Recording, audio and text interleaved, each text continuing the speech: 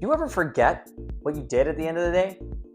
Or maybe you forgot what you did during the week? Or maybe you forgot what you've done during the whole month? Do you ever feel like you think back on where you are and then you don't know how you got there? Hi there, my name's Jay. Welcome back to Week by Week. This is a video series where I want to document my progression in life, talk about the thoughts that I've been thinking about during the week. And this time, I'm going to talk about being aimless. So, when I talk about being aimless, I want to bring up how I used to feel before I started this entire video series. I'm going to go back 2 years. I used to work in hospitality, and I would go into work and I just do my job, go to the end of my shift, and then I hang out with friends on my off days or after work. I drink, I party, I'd come back home, I'd spend money on things that I didn't really need, and then I'd always have this feeling in the back of my head like, this isn't where I want to be. How do I keep ending here? And it's really easy to think when I say all these negative things, well, it's obvious because you were partying and because you weren't saving your money and because you weren't doing this and that and that and that. And that is exactly the same thoughts that I had. And then I told myself, you know what? First thing, I'm going to just fix my sleep schedule. Because in that industry, you end up mucking up your sleep schedule. I used to sleep at midnight, 2 a.m., 4 a.m. Maybe I wouldn't sleep some nights and I'd wake up in the middle of the day. So I told myself, okay, I'm going to fix it. So how did I do that? I started researching and looking into it. Like, who cares about like the hopelessness of feeling, oh, I can't fix it? No.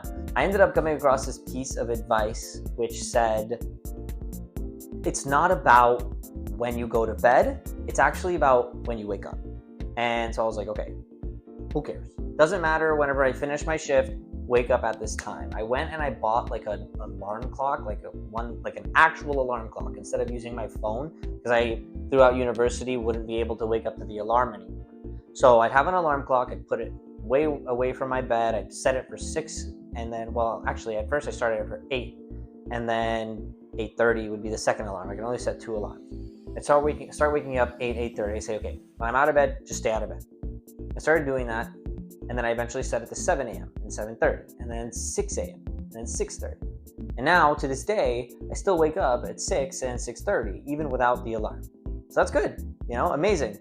I fixed my sleep schedule. And then I got this new job. And I was thinking to myself, okay, this is the opportunity that I can take to fix all of the other things in my life that were making me feel like I don't know how I ended up here. The partying, the drinking, and this blah, blah, blah, all that stuff. The first thing that I thought was, okay, I fixed my sleep schedule. That's a good thing. Let me start adding some more good things. And during this entire video series, I've been talking about, I've been reading, I've been coding more, I've been cleaning my room, I've been going outside, I've been cooking more, I've been learning about investing, and these are all really, really good things that I've really been trying my best to do for the last 2 weeks, or not 2 weeks, 2 months, and it feels good that I'm doing it, but for some reason, I was still feeling super, super aimless. Now the question I started to ask myself during this last week is, how am I still feeling the same way that I did when I had my previous job with this job, even though I'm doing all this stuff that I think that is good?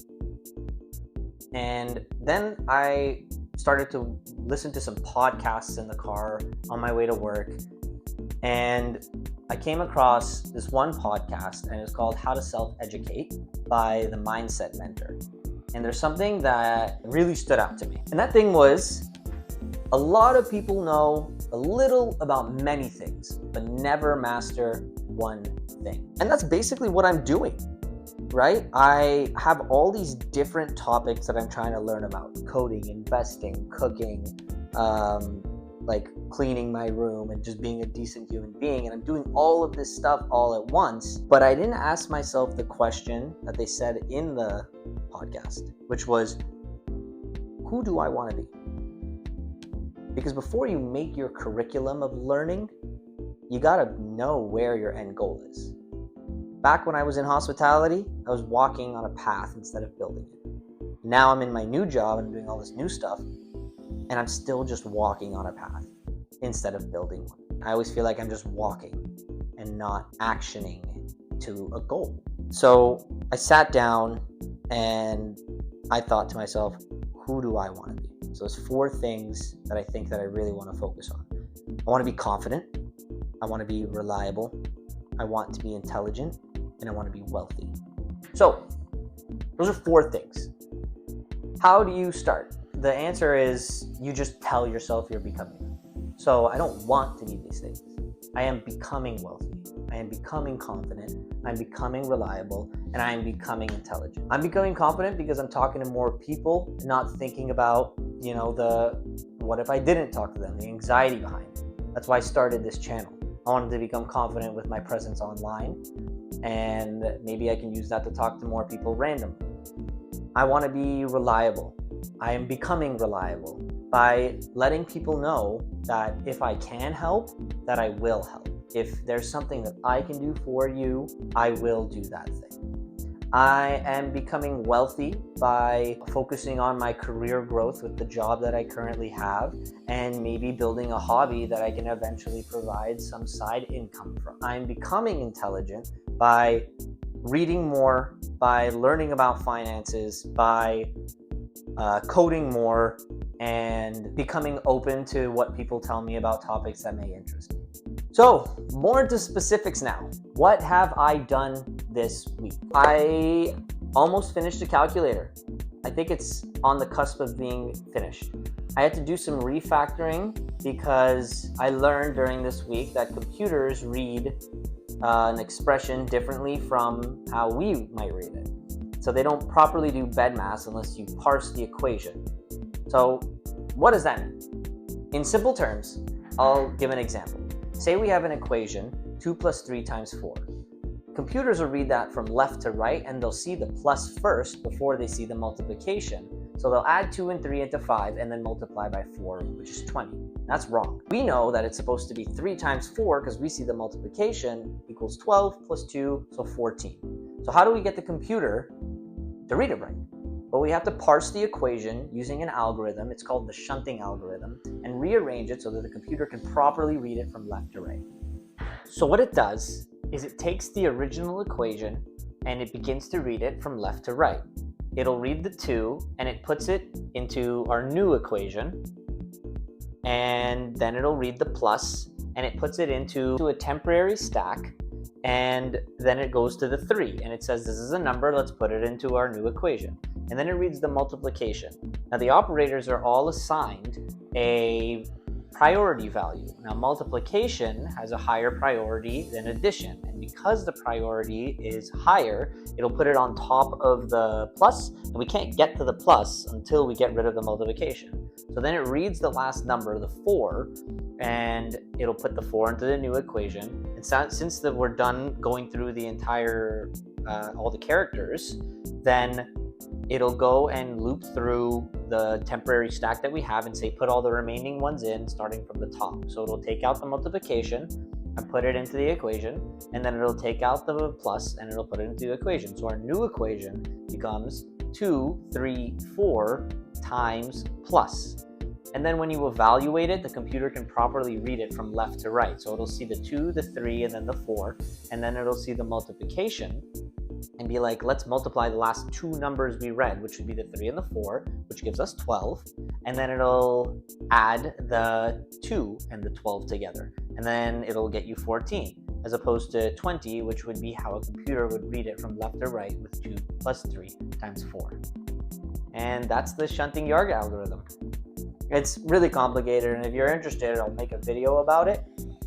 But that's something that I learned about and completed this week in the calculator. And all I need to do is fix a little bit of the edge cases like dividing by 0 and stuff, but it's almost complete. The next thing that I did was I went out and did a little bit of chores, and I had to end up going to a bank, and I was talking to the branch manager, and he recommended me a financial advisor to help me talk a little bit more about ETFs and mutual funds and TFSAs. So I know a little bit more about those, where the tax-free savings account is like a post-tax, where your money goes in, it's already been taxed, that's why it doesn't accumulate a tax. I do want a home. And the branch manager mentioned that, like, hey, you want a home? I said, yeah. He said, open up an FHSA because you can write off the income that you put in there, right? So if it just goes directly in there, it hasn't been taxed yet, so you will get taxed on it. But in the year that you put the money in it, you can write that income off so you won't get taxed on it. That's maybe a very low level overview of what I believe the first home savings account is. I'm interested in learning about finding out more about ETFs and mutual funds as well. So hopefully that's something that I can pursue and learn a little more about for next week and talk about it. Apart from that, I'm getting really, really good at not being lazy. It's really important to me because, like I mentioned, when you're in hospitality, life's crazy, and I hadn't been doing the simple things, cooking and sleeping and cleaning and, being normal. And I'm getting really, really good at just doing it normally on the back of my head. It doesn't take too much time. I'm accepting that it's going to take some time, but it's better, and I feel good. I feel clean. I feel healthy. I feel a little happier. And now, since I already had that curriculum, now I know who I want to be. And maybe I'll feel a little less aimless. And hopefully you can take advice from the steps that I just gave in this video and have a better idea of who you want to be and how you can action it for yourself. My name's Jay. Thanks for tuning in to Week by Week episode 3, and I'll see you next week.